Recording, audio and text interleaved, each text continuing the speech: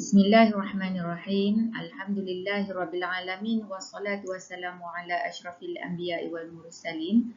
Wa ala alihi wa sahbihi ajma'in. Assalamualaikum warahmatullahi wabarakatuh. Selamat datang ke program 30 minit cepat pandai Jawi bersama saya, Dalilah binti Desa. Saya akan bawakan satu tajuk iaitu bagaimana mengatasi kekeliruan menulis perkataan yang mengandungi suku kata terbuka dan suku kata tertutup dalam tulisan Jawi dengan teknik ranting. Sebelum kita pergi lebih jauh, saya nak membawa semua penonton yang sedang menyaksikan sekarang untuk menjawab di live chat untuk memilih yang mana satukah jawapan yang betul bagi perkataan bas. Bas adalah satu suku kata. Ya, jadi jawapannya nombor 1 atau nombor 2.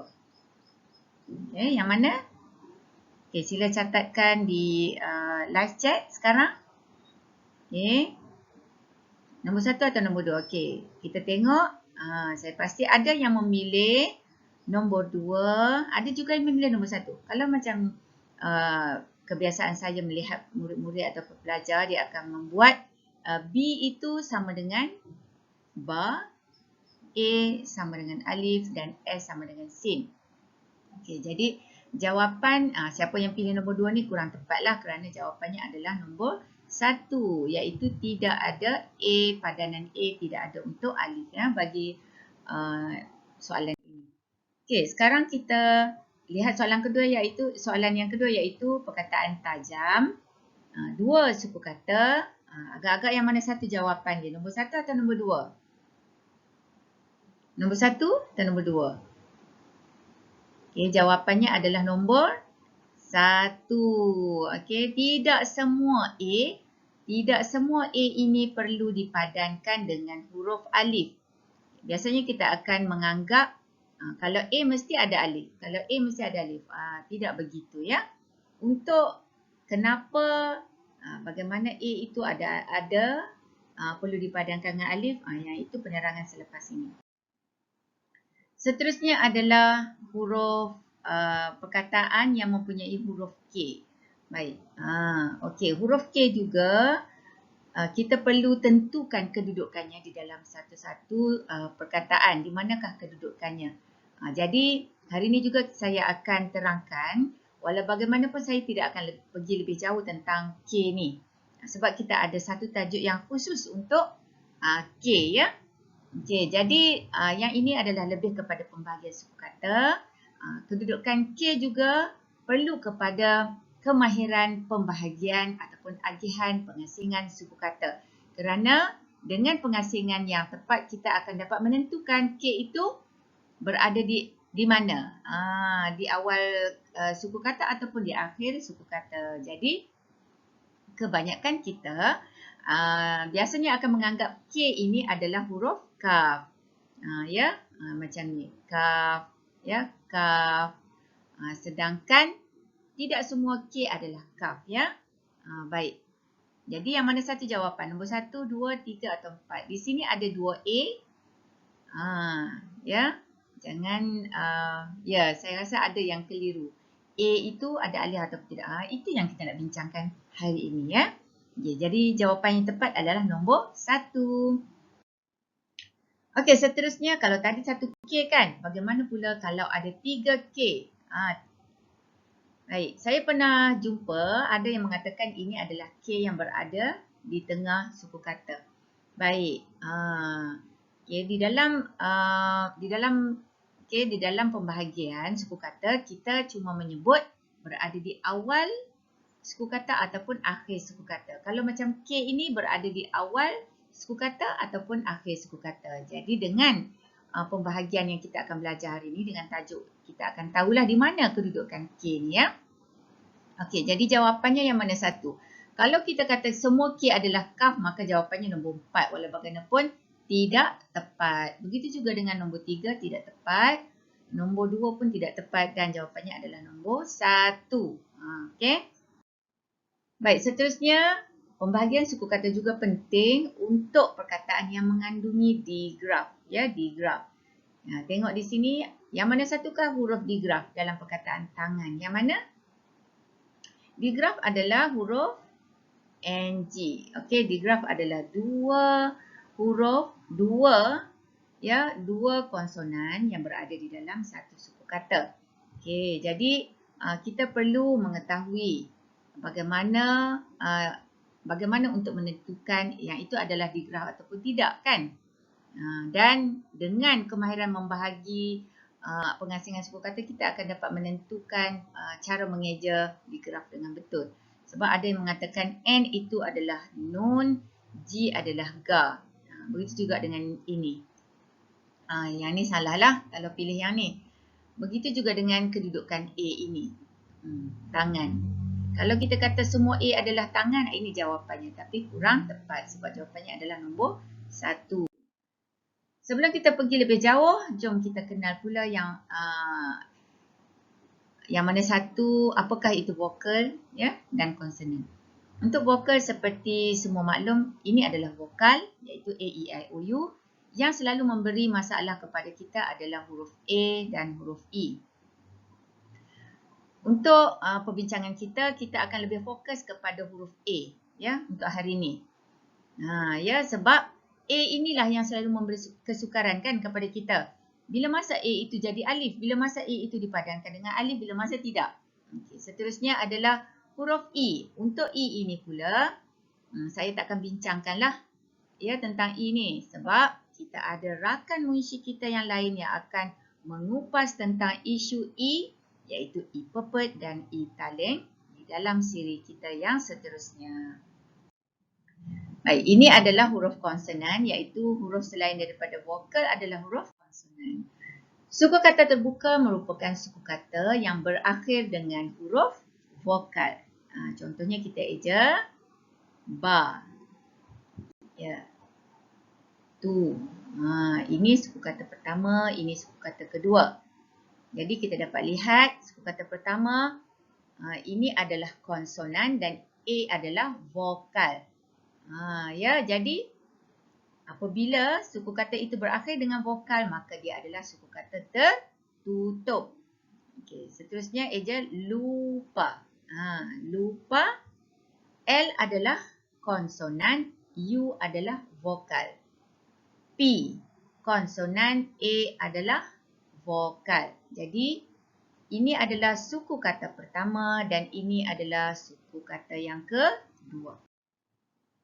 Baik, suku kata tertutup merupakan suku kata yang berakhir dengan huruf konsonan. Contohnya, eja cat. Okay, kita tengok A, A adalah vokal. Dan diakhiri dengan konsonan. Maka itu adalah dikira sebagai suku kata tertutup. Okey, C pun adalah konsonan jugalah. Baik. Begitu juga kalau kita perkataan yang lain, P-I-N, pin. Jadi, P adalah konsonan, I vokal dan N adalah konsonan, Sekarang mari kita masuk kepada cara untuk menentukan vokal ataupun konsonan. Tadi kita dah belajarkan yang mana satu vokal, yang mana satu konsonan, kan? Jadi, B ni apa? B adalah konsonan, A adalah vokal dan S adalah konsonan. Jadi, di dalam pengkaedahan dalam kaedah Jawi, apabila huruf A berada di tengah-tengah konsonan ataupun A diapit konsonan, maka huruf A tidak dipadankan dengan alif. Tidak dipadankan. Jadi, apabila kita jawikan, cuma dua huruf saja yang dipadankan dengan huruf Jawi, iaitu B, B sama dengan ba, dan S sama dengan sin. Jadi kita tidak meletakkan A sama dengan alif, tidak. Sebab apa? Alasannya kerana huruf A berada di tengah-tengah konsonan. Jadi A tidak dipadankan dengan huruf alif. Okey. Baik.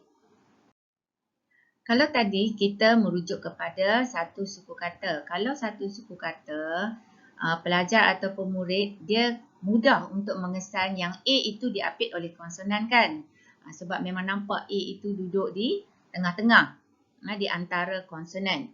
Walau bagaimanapun, kalau kita bagi satu perkataan yang ada dua suku kata, maka di situlah masalah yang sebenar yang timbul.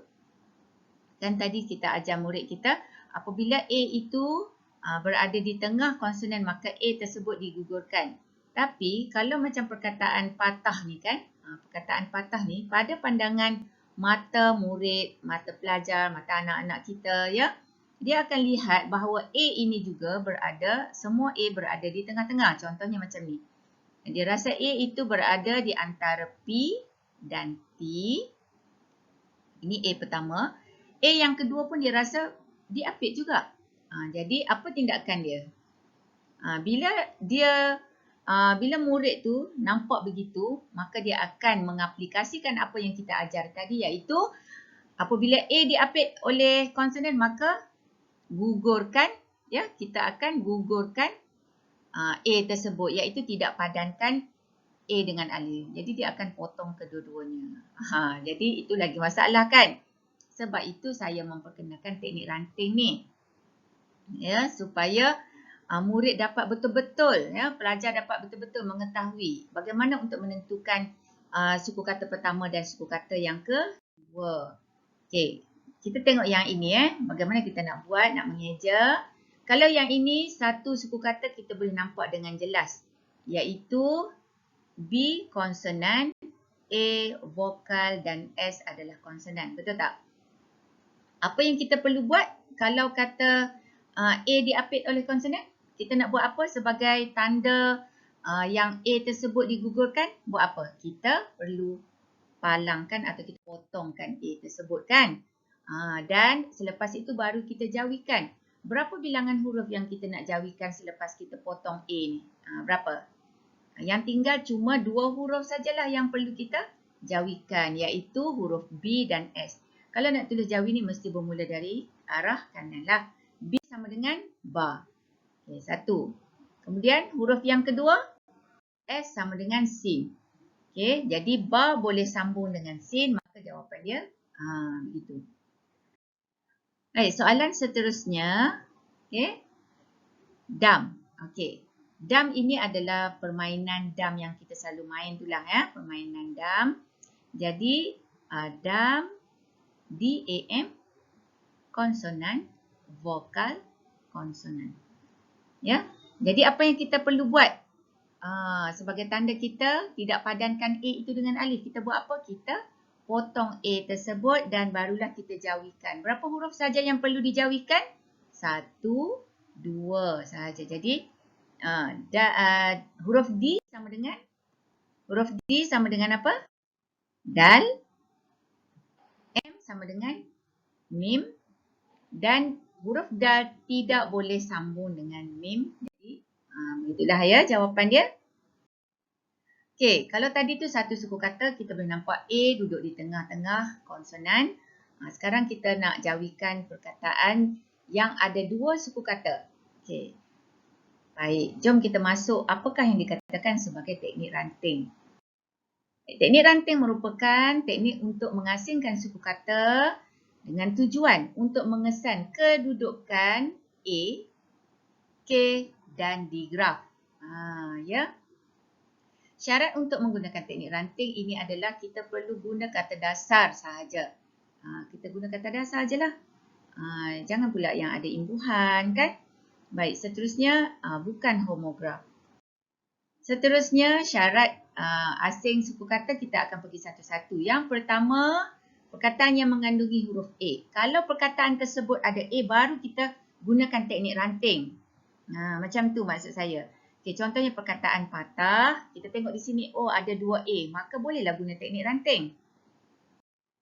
Yang kedua, sekiranya dalam perkataan itu ada huruf K.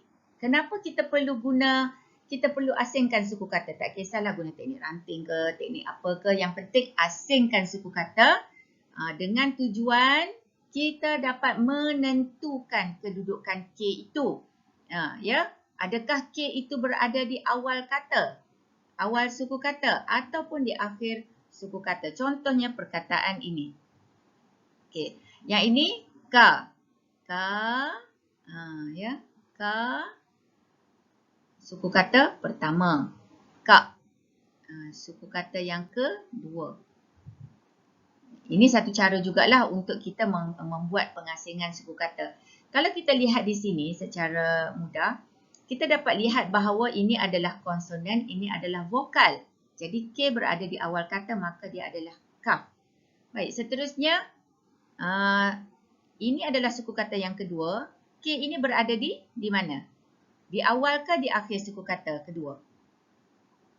Di mana? Cuba tulis di live chat. K suku kata kedua ni berada di mana ni? K yang pertama ni. Ya, K ini berada awal suku kata kedua. Ya, awal suku kata, K berada di awal suku kata yang kedua. Apabila berada di awal, maka bila kita padankan, maka dia adalah huruf kaf. Ya. Okey, seterusnya kita tengok yang ni. Ini adalah K yang berada di akhir suku kata, maka kita padankan dengan huruf qaf. Kakak ni adalah perkataan daripada bahasa Melayu. Ya, jadi K awal kaf, K akhir adalah qaf. Okey, contohnya satu lagi ya, saya tulis kat sini kecil-kecil lah ya. Okey, untuk mengukuhkan lagi kefahaman lah. Baik, yang ini tidak ada A. Yang ini cuma kita nak tengok. Pengasingan suku kata juga dapat membantu kita untuk menentukan kedudukan K kan. Okey, kalau kita tengok yang ni cik. Ni cik, cikgu. Ya, jadi cikgu, K ini berada di mana? K berada di akhir suku kata yang pertama. Baik. Okey, seterusnya kita pergi kepada perkataan yang ni. Okey, tadi pun saya dah terangkan dah. K tadi tu. Yang ni kita masuk pula K yang berada di mana? Ya, laksa. Pun perlu juga kita menggunakan teknik ranting ataupun pengasingan suku kata. Okay, seterusnya, sekiranya ada huruf digraf dalam ni. Sebab saya pernah jumpa lah kan, murid ni dia bila kita suruh dia jawikan, dia akan buat tan, gan. Ni dia asingkan suku kata. Jadi kita kena bantu dia lah.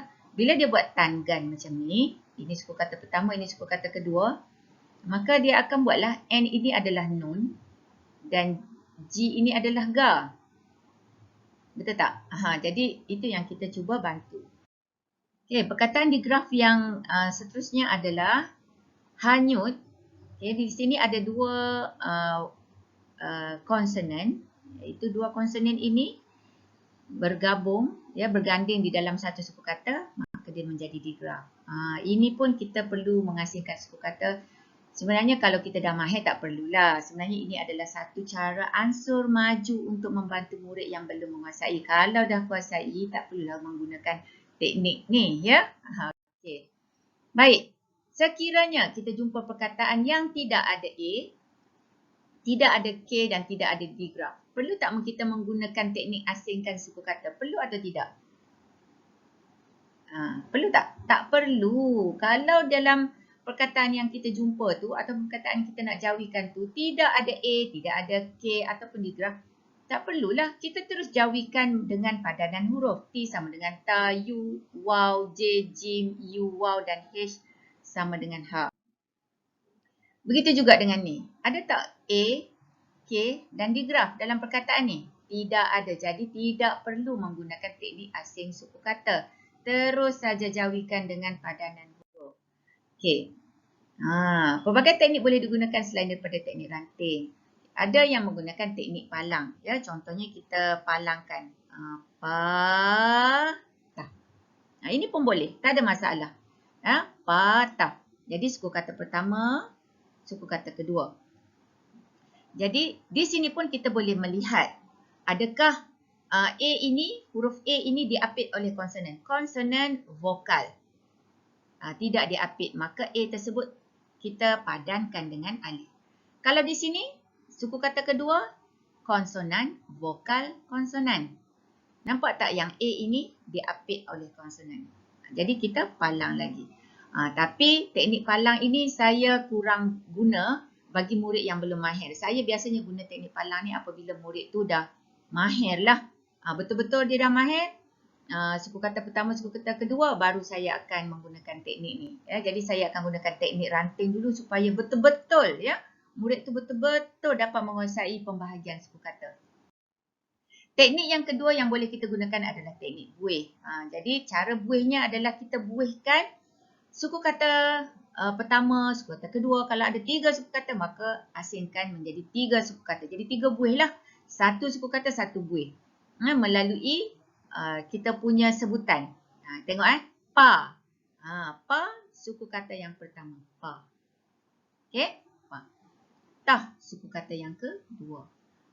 Nampak tak? Suku kata pertama, suku kata kedua. Jadi yang mana diapit oleh konsonan? Nampak tak? Ni lebih jelas kan? Okey, jadi yang digugurkan adalah A, suku kata yang kedua. Baik, ini adalah teknik ranting yang saya akan perkenalkan. Okey, contohnya di sini tidak ada apa-apa nota. Ya, inilah teknik ranting yang saya akan perkenalkan. Baik, teknik ranting ni seperti saya kata tadi untuk asingkan suku kata. Baik, ni ada penerangan. Kotak yang pertama ni adalah untuk kata dasar. Tulis rumi dekat sini. Contohnya kita cari perkataan jalan. Okey. Di sini suku kata yang pertama. Untuk rumi lah, asingkanlah melalui sebutan. Jalan, ja. Jalan, sebut suku kata pertama, ja. Yang di bawah ni suku kata yang kedua. Saya suka buat atas bawah sebab pengalaman saya kalau kita buat kiri kanan ya ataupun palang tadi tu, dia akan murid tu tetap keliru. Kalau atas dan bawah dia akan nampak kekurangan huruf di atas bagi suku kata pertama dan suku kata yang kedua. Kalau macam ni ja, ada 2 huruf kan? Jadi yang ini suku kata terbuka, konsonan vokal. Kalau yang ini dia nampak konsonan vokal konsonan.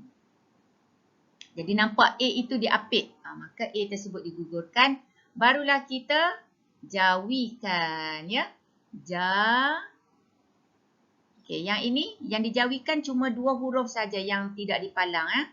Yang ini dengan yang ini. Jadi lam nun. Jadi L sama dengan lam dan N sama dengan nun.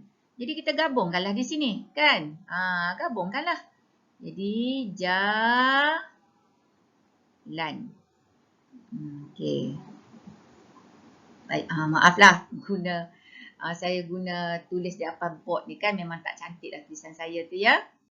Baik, yang ini patah, yang tadi tu suku kata pertama apa? Apa dia? Sebut dulu. Pa. Okey. Di sini tulis pat sebab saya nak menunjukkan murid kita ada juga yang akan tulis pat. Ya, pat. Kalau murid kita buat macam ni, bagus sebenarnya. Apa yang bagusnya? Kita dapat mengesan bahawa murid itu masih lagi bermasalah tentang pembahagian suku kata.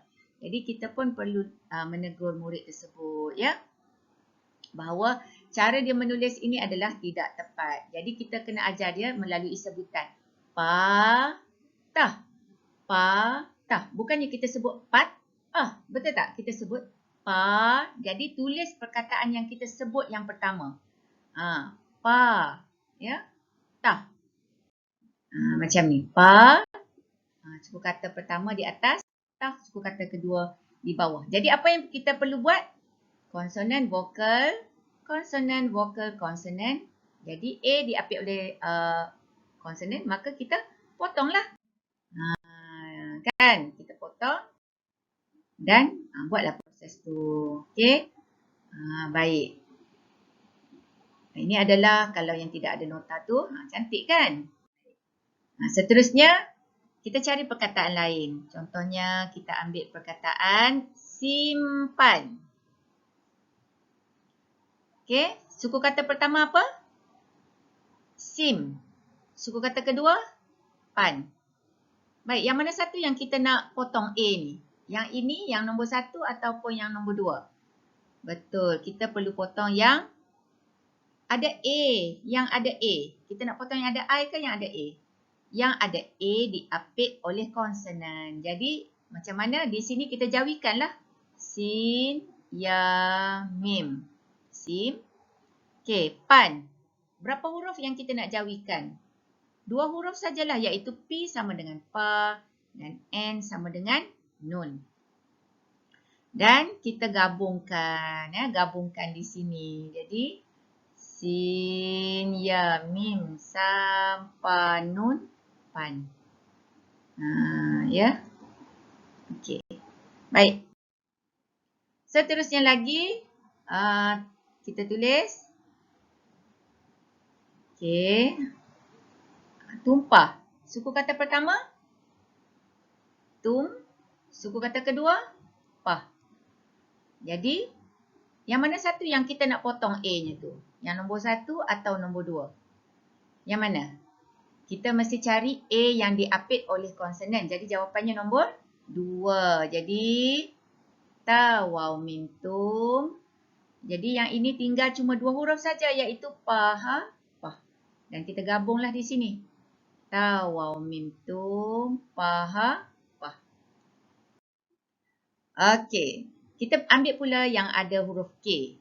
Kita ambil yang ada K. Contohnya kita ambil perkataan paksa. Kan? Okey, kalau kita tengok sini, kita rasa macam K itu berada di tengah-tengah. Betul tak? Jadi caranya adalah kita buat macam ni baru kita dapat tahu di manakah kedudukan K. Kita sebut pak. Pak. Pak. Tulislah. Pak. Suku kata kedua, sa. Jadi A yang mana satu yang diapit? A nombor 1, A nombor 2. A nombor 1. Jadi di manakah kedudukan K? K berada di akhir suku kata yang pertama. Jadi pa, kof, pa. Okey. Pa, kof, pa. Yang ini sin, alif, sa. Kemudian kita gabungkanlah. Pa, kof, pa, sin, alif, sa. Okey. Baik. Ini kalau di depan semua penonton sekarang ada kertas, boleh cuba buat. Okey, jom kita buat sama-sama. Contohnya kita tulis perkataan banyak. Okey, cuba buat sama-sama. Okey, cuba asingkan. Banyak. Okey. Ni suku kata pertama, suku kata kedua. Ba. Ada murid kita, dia akan buat macam ni tau. Ban. Ya.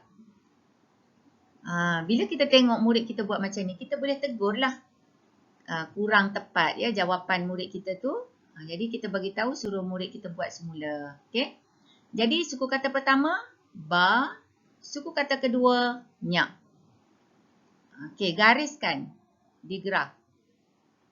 Okey, yang mana satukah A diapit oleh konsonan? Yang mana? Nombor 1 atau nombor 2? Ya, nombor 2, iaitu yang ini. A diapit oleh konsonan. Jadi, apa yang perlu kita buat? Gugurkan A. Bila kita jawikan, ba, alif, ba. Okey. Nya, kof. Nya, kof.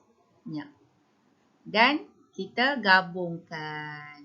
Okey, jadi tulislah jawapan dekat sini. Ba, nya. Okey. Boleh faham? Okey, senang je kan teknik ranting ni. Kalau dah kuasai, bolehlah kita guna teknik buih, teknik palang kan? Okey, kalau kita sudah menguasai, ya, barulah kita boleh menggunakan teknik palang, ya, ataupun teknik buih. Bagi saya guna teknik buih yang lebih nampak lah, ya, yang lebih nampak. Cuba kita lihat ya. Yang mana satu? Cuba sebut ban, tal. Okey, kalau nak lebih jelas, kita buat lagi sekali. Ban, tal. Nampak tak yang mana satu A diapit oleh konsonan? Dua-dua diapit oleh konsonan. Ban pun diapit, tal pun diapit. Jadi kita potonglah. Potong. Ban, tal. Jadi bila kita jawikan, yang tinggal daripada 6 huruf rumi bila jawikan cuma tinggal 4 sahaja, iaitu ba, nun, ban, ta, lam, tal. Panjang sikit lam ni. Okey. Ba, nun, ban, ta, lam, tal. Macam tak cantik tulisan saya ni kan? Okey. Baik. Dia dah terskip pergi yang seterusnya. Okey, sebab masa pun dah makin 30 minit. Okey, kita akan pergi terus yang ini. Okey. Jadi lintas. Lintas. Yang mana diapit? A. Kan? Cong.